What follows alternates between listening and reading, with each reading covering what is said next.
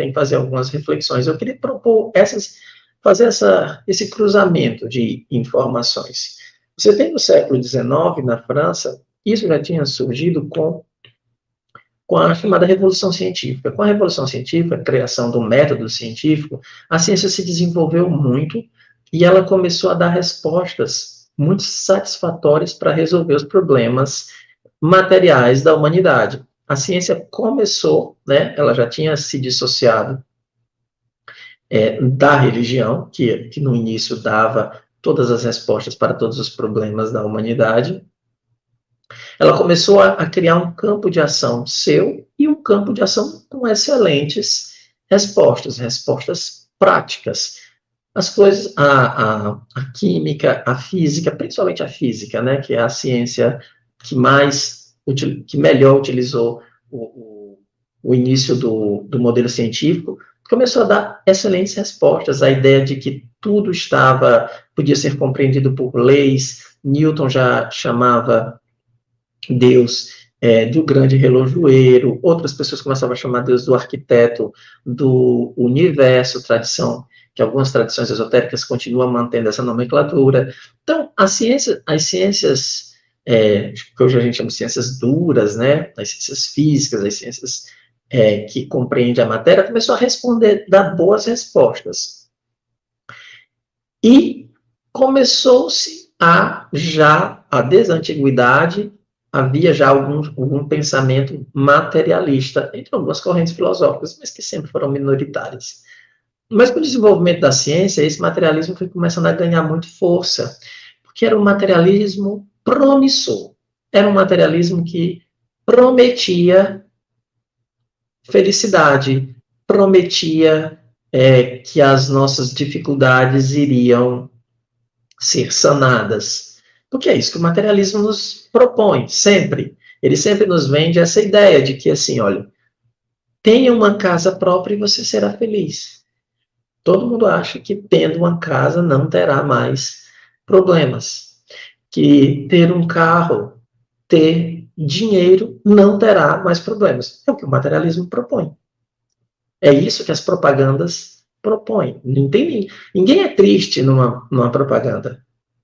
Nenhuma pizza chega fria, é sempre no ponto perfeito, né? Aquele queijo perfeito. Ninguém vende imperfeição.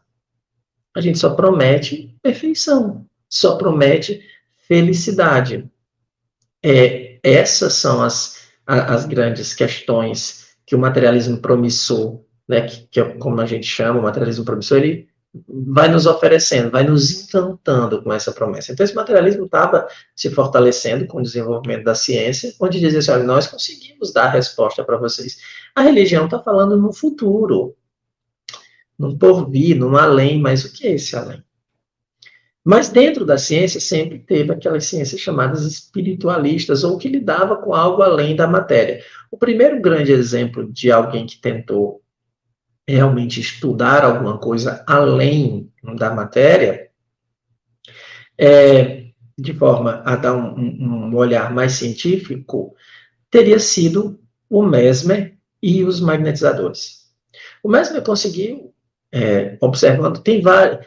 Lógico, quando a gente vai estudar algo, sempre tem os seus precursores, que tem os seus antecessores, porque nada surge assim, né, do nada, estou até sendo redundante, né, mas o Mesmer fez algumas associações entre a ação da Lua sobre a Terra, entre a ação dos ímãs. Essa questão dos ímãs é muito interessante, porque, lendo agora Platão, um diálogo muito bom do Platão, que nos ajuda muito a entender a questão da mediunidade, chamado Íon. Lá no Íon, ele coloca a relação entre a divindade, ou Deus, como ele chama, ou as musas, que seriam os espíritos, os poetas, os rapsodos, o público. Ele chama de corrente magnética, onde ele diz que o Deus seria o grande imã, e ele vai imantando os outros elos da cadeia para que a sua mensagem chegue a cada um de nós. Ele usa essa expressão, o Platão, usa num diálogo, lá nos seus diálogos iniciais, considerado um dos diálogos iniciais, que é o Ion, um diálogo muito bom para a gente entender mediunidade. Então, o Mesmer, observando essa ação dos ímãs, observando essa ação da Lua sobre a Terra, ele imaginou, digamos assim, criou a ideia de que entre nós haveria uma relação parecida, uma ação de um elemento que eu não consigo entender muito bem o que é, que ele chamou de fluido.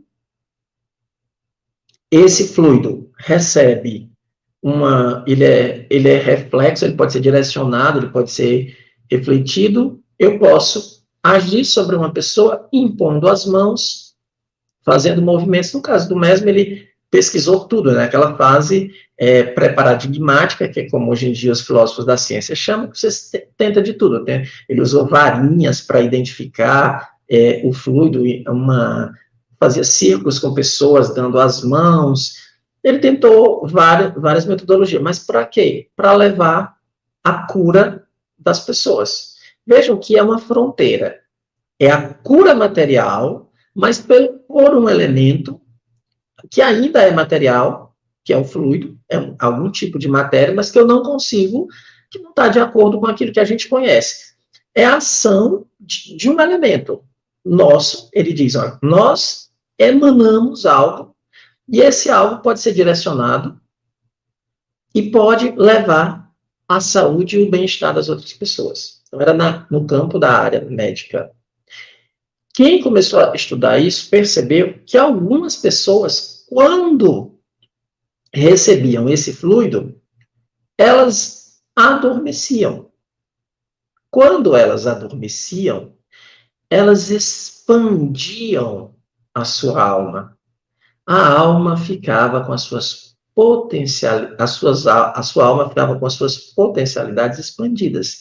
E o movimento é bem assim. No início, ela começou a fazer a autoscopia, que é quando a pessoa, eu aplicava os chamados passos magnéticos, as pessoas dormiam, eram sonâmbulos, dormiam sobre essa influência e começavam a falar sobre o próprio corpo e direcionar a ação do magnetizador. Ele dizia assim, olha, aplique passes em tal região, ali faça tal movimento.